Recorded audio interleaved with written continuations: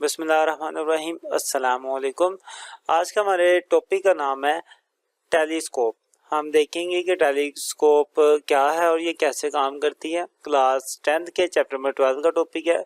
ये भी as a long question ही आपने लेना है और इसमें शॉर्ट क्वेश्चन भी कुछ आते हैं, कुछ एमसीक्यूज हैं, उनको भी साथ साथ डिस्कस किया जाएगा। अगर आप इसके अलावा भी किसी और टॉपिक पे वीडियो लेना चाहती हैं तो यूट्यूब के सर्च बार पर अपने टॉपिक का नाम और चैनल का नाम लिखकर सर्च करेंगे तो इंशाल्लाह आपको वो वीडियो भी हमारी मिल जाएगी। स्टार्ट करते हैं अपने लेक्चर को। बात करते हैं टेलीस्कोप की। टेलीस्कोप कुछ इस टाइप की होती है और इसको दूर दराज की चीजें जैसे कि सितारे, सियारे, चांद देखने के लिए यूज किया जाता है। अक्सर टेलीस्कोप को चांद को देखने के लिए भी यूज किया जाता है, जैसे रूहते लाल कमेटी हमारे अक्सर पाकिस्तान में ये काम करती है कि चांद को देखने के लिए टेलीस्कोप को यूज किया जाता है। इसी तरीके से सितारों सियारों की स्टडी के लिए भी हम इसको यूज करते हैं, क्योंकि ये दूर दराज जो ऑब्जेक्ट्स मौजूद है उनका बहुत क्लियर इमेज बनाकर हमें देती है। अब इसके अंदर ऐसा होता क्या है जिसकी वजह से ये इमेज बनाती है, उसको इंशाल्लाह हम आगे स्टडी करेंगे। तो पहले इसके बारे में कुछ चीजें जान ले।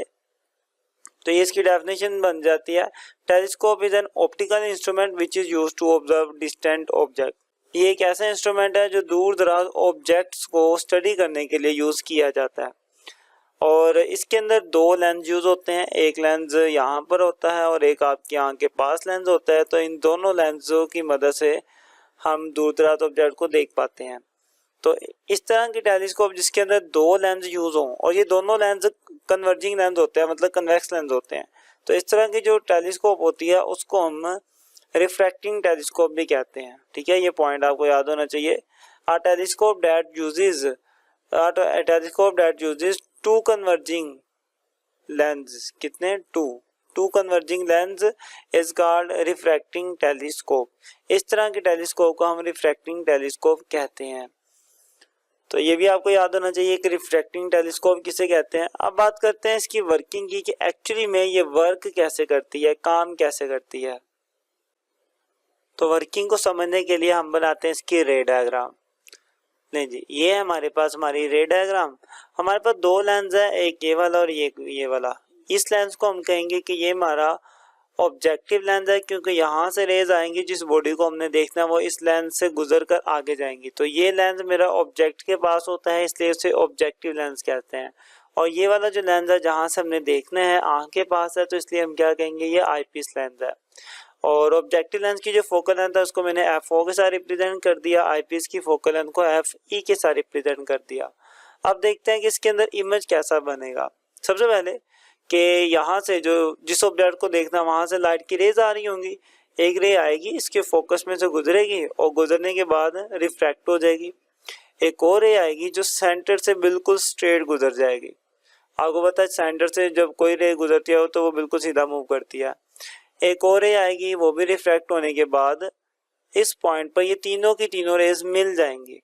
अब ये जो पॉइंट है जहां पर तीनों रेज मिली हैं, यहाँ पर ही उस ऑब्जेक्ट का क्या बनेगा, इमेज बनेगा। अब ये जो इमेज बनेगा ऑब्जेक्ट का, ये इस आईपीस के फोकस के अंदर आ गया इमेज। ठीक है, अब ये जो इमेज बना आईपीस के, यहाँ पे इमेज बनेगा। ठीक है, ये इमेज बन गया। अब ये जो इमेज है इस आईपीस के फोकस के क्या बन गया, अंदर बन गया। जब भी अंदर इमेज बनता है तो फिर क्या होता है, फिर जो लेंस होता है वो इमेज तो बनाता है, लेकिन इमेज क्या बनाता है, वर्चुअल इमेज बनाता है। सेम काम इसके साथ होगा, इसकी रेज मजीद आगे वाले लेंस के पास जाएंगी। इस तरीके से सारी रेज आगे वाले लेंस के पास जाएंगी और क्या हो जाएंगी, रिफ्रैक्ट हो जाएंगी। ये सारी रेज क्या होगी, हमारी रिफ्रैक्ट होगी। तो ये कहीं पे मिली नहीं, इसका मतलब ये नहीं कि इमेज नहीं बनेगा, इमेज बनेगा। ये यहाँ पर नहीं मिलती, ये पीछे की तरफ मिलती है। इनको अगर पीछे की तरफ एक्सटेंड करें हम इस तरीके से, तो सारी की सारी रेज पीछे कहीं ना कहीं किसी पॉइंट पर मिलती हैं। जिस पॉइंट पर वो मिलती हैं वहीं पर ही हमारा नया इमेज बनता है। ओके, पहले मेरे ऑब्जेक्ट का जो वहां से जिसको हम देख रहे थे वहां से रेज आई, यहाँ पे मिली, यहाँ पर उसका इमेज बन गया ये वाला। देन ये इमेज इस आईपीस के लिए क्या बन गया, एक ऑब्जेक्ट बन गया। लेकिन ये जो ऑब्जेक्ट है ये इसके फोकल लेंथ के अंदर आ गया। फोकल लेंथ तो यहाँ थी, ये इसके फोकस से क्या चला गया, आगे चला गया। तो जब फोकस से आगे कोई बॉडी आ जाती है तो उसका इमेज वर्चुअल बनता है। अब वर्चुअल इमेज ऐसा होता है कि जैसे बॉडी खड़ी होती है वैसे इमेज बन जाता है। अब बॉडी यहाँ पर उल्टी है तो इमेज भी क्या बन गया, उल्टा बन गया।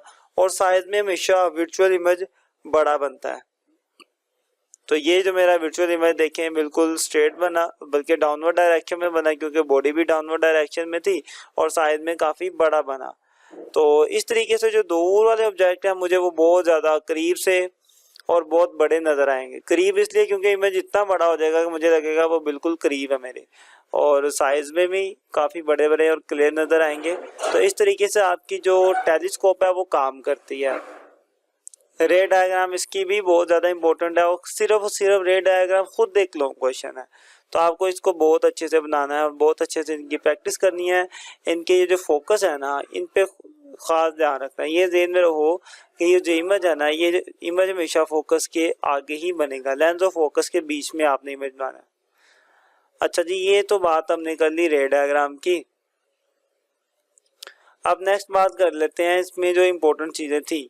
आपने देखा कि ये जो ऑब्जेक्टिव लेंस है, हम लिख लेते हैं, ये हमारे पास क्या है, ऑब्जेक्टिव लेंस। और ये वाला जो लेंस है ये हमारे पास है आईपीस लेंस।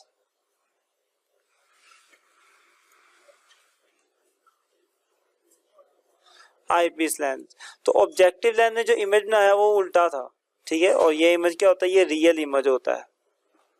लेकिन मेरे आईपीस लेंस ने जो इमेज बनाया वो ये था, और ये इमेज मेरे आईपीस लेंस ने जो इमेज बनाया वो ये वाला इमेज था, ठीक है, ये वाला इमेज था। और ये इमेज क्या है, मेरे पास वर्चुअल इमेज है। यही बातें याद रखनी है कि ऑब्जेक्टिव लेंस कौन सा इमेज बनाता है, वर्चुअल कौन सा बनाता है, और हम लोग फाइनली कौन सा इमेज देखते हैं, ये वाला जो बड़े वाला होता है। तो हमें जो बेसिकली टेलीस्कोप से इमेज नज़र आ रहा होता है वो वर्चुअल इमेज होता है। तो इन्हीं बातों को हमने लिखा हुआ है, तो आपने एज एमसीक्यूज इनको याद कर लेना कि objective lens form a real image of the distant object. Objective lens क्या बनाता है, रियल इमेज बनाता है। Eyepiece form a virtual image that is viewed by the eyes. के आईपीस लेंस हमारा जो है ये वाला, ये कौन सी इमेज बनाता है, ये वाली वर्चुअल इमेज, और हमको बेसिकली यही नज़र आती है। क्लियर, ये बात याद रखनी है आपके। लास्ट में आ जाता है इसकी मैग्नीफिकेशन पावर, किसकी मैग्नीफाइंग पावर कितनी है। तो इसके मैग्नीफिकेशन फाइंड करने का फॉर्मूला हमारे पास m is equal to F E over F O. Okay, मतलब आपने आईपीस लेंस की फोकल लेंथ और ऑब्जेक्टिव लेंस की फोकल लेंथ को डिवाइड करना है, तो आपके पास मैग्नीफिकेशन आ जाएगी अपनी टेलीस्कोप की। ओके, उम्मीद करता हूँ कि आपको टेलीस्कोप की भी समझ आई होगी। आपने इनकी डायग्राम्स और बाकी सारी बातें जैसे मैंने बताई हैं वैसे ही लिखनी है, और अच्छे से लिखनी है, अच्छे से याद रखना है, एज एमसीक्यूज भी और एज शॉर्ट क्वेश्चन भी। अगर इसके अलावा आपको कोई टॉपिक चाहिए तो यूट्यूब के सर्च बार पर टॉपिक का नाम, चैनल का नाम लिख के सर्च करेंगे तो इंशाल्लाह आपको वो टॉपिक मिल जाएगा। वीडियो अच्छी लगे तो दोस्तों तक शेयर भी करें, कमेंट भी करें, लाइक भी करें। मिलते हैं इंशाल्लाह नेक्स्ट वीडियो में, तब तक के लिए अल्लाह हाफिज़।